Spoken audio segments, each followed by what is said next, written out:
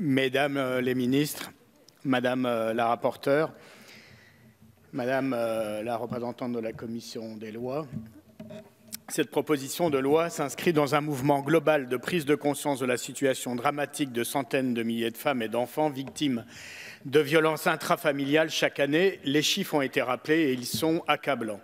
On compte plus de 220 000 victimes de violences tous les ans à des degrés divers. Si les femmes en sont les premières victimes, les enfants subissent également ces violences directement ou indirectement. 170 000 enfants sont témoins de ces scènes traumatisantes. Les études mettent en évidence les effets néfastes de l'exposition à la violence sur le développement affectif et social des enfants, leur santé, leur sécurité, leur comportement. Plus de la moitié des enfants co-victimes des violences dans le couple connaissent ainsi des troubles anxio-dépressifs et post-traumatiques. Ces données doivent être pleinement prises en considération afin d'assurer une protection effective des femmes et des enfants victimes de ces violences. Cette proposition de loi, annoncée en conclusion du Grenelle des violences conjugales, s'inscrit dans la lignée des propositions de loi examinées par notre Assemblée à l'initiative du groupe Les Républicains et l'adoption à l'unanimité de la loi visant à agir contre les violences au sein de la famille que portait notre collègue Aurélien Pradié.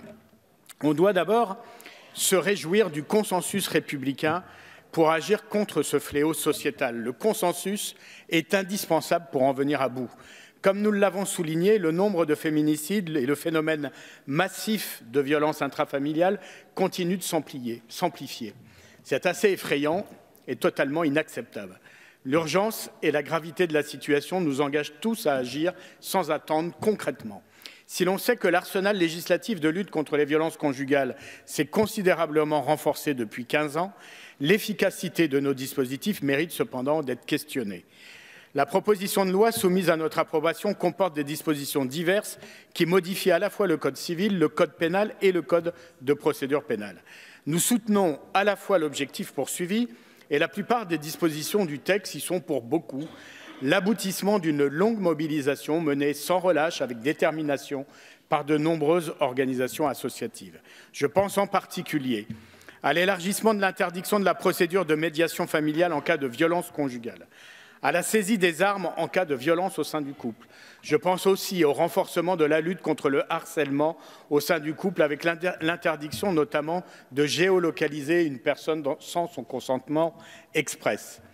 S'agissant tout d'abord des dispositions relatives à la médiation en cas de violence conjugale, nous nous félicitons que la loi Pradié du 28 décembre 2019 ait intégré notre proposition visant à écarter la possibilité pour le juge aux affaires familiales de proposer aux parents en désaccord, s'agissant des modalités de l'exercice de l'autorité parentale, une mesure de médiation lorsque des violences sont alléguées par l'un des parents sur l'autre parent ou sur l'enfant.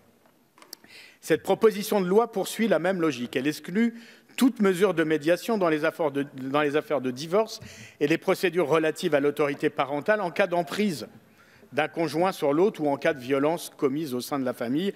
Elle exclut également le recours à la médiation dans le cadre des alternatives aux poursuites pour les affaires de violence au sein du couple. Les associations portent depuis de longues années ces revendications. Nous soutenons avec elles ces avancées qui figurent dans la loi que nous examinons. S'agissant des dispositions relatives au harcèlement et au respect de la vie privée au sein du couple, nous considérons que le fait de nommer explicitement le suicide ou la tentative de suicide comme conséquence du harcèlement moral au sein du couple et de l'assortir de dispositions propres quant aux peines encourues constitue une avancée.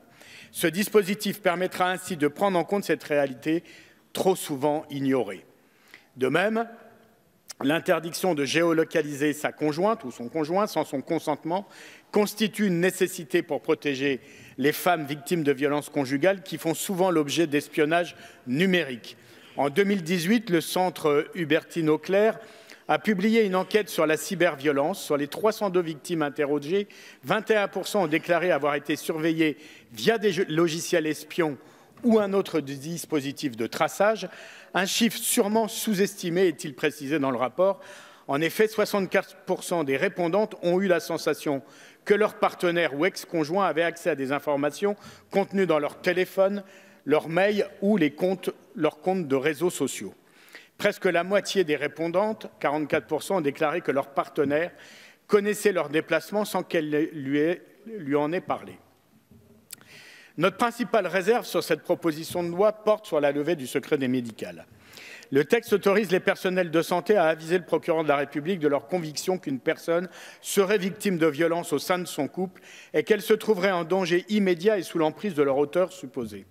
Cette disposition pose question au regard du principe du secret médical.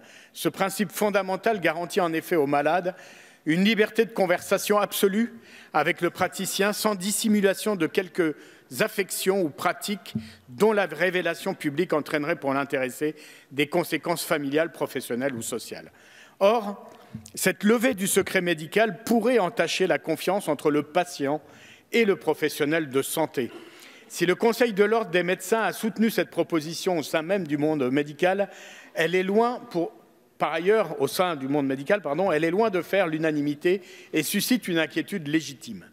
Ainsi, le Collège de la médecine générale s'est ainsi opposé fermement à la levée du secret médical qu'il juge contre-productive. De nombreux médecins sont hostiles à cette mesure. Gilles Lazimi, médecin et consultant de l'association SOS Femmes 93 dans mon département, considère que cet assouplissement du secret médical serait, je le cite, une violence de plus pour ces femmes que d'être trahies par leur médecin. Dans le même sens, le Conseil national de l'ordre des sages-femmes a émis de profondes réserves sur ce dispositif et en demande le rejet. Il considère que la proposition de loi rend le cadre législatif actuel moins intelligible. La levée du secret professionnel interroge en effet légitimement d'abord au regard du droit des femmes à décider de leur propre choix, y compris lorsqu'elles sont victimes de violences conjugales. De nombreuses associations soulignent à cet égard que l'expérience atteste la nécessité que la victime soit prête et volontaire pour agir efficacement. En outre, le dispositif proposé pourrait s'avérer contre-productif et néfaste dans la mesure où les femmes victimes pourraient ne plus oser se confier aux professionnels de santé et rejeter son aide, ce qui accentuerait leur isolement.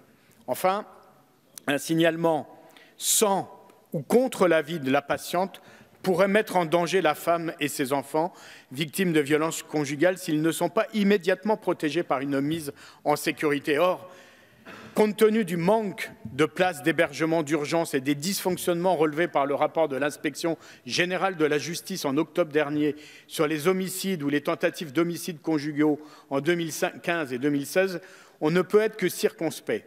Aussi, plutôt que d'inciter les professionnels de santé à dénoncer à la place des victimes, il ne semblerait plus opportun de les encourager à accompagner les victimes de violences conjugales dans leurs plaintes et qu'ils soient davantage formés en lien avec la police, la justice et les associations. Enfin, soulignons que cette proposition de loi, comme de manière plus globale, la lutte efficace contre les violences au sein de la famille ne pourra être efficace que si parallèlement des moyens budgétaires conséquents sont déployés. Or, les annonces du 25 novembre dernier en conclusion du Grenelle des violences conjugales sont à cet égard pour le moins décevantes. Le budget reste largement insuffisant. Les 360 millions avancés par le Premier ministre représentent quasiment le même budget qu'en 2019. Or, rappelons-le, que selon le Haut Conseil à l'égalité, 500 millions d'euros par an seraient nécessaires pour protéger les femmes qui portent plainte. En définitive, en dépit de nos réserves, et on aura des amendements pour améliorer le texte, et notamment sur le sujet du secret médical, nous voterons néanmoins favorablement à cette proposition de loi. Merci, cher collègue.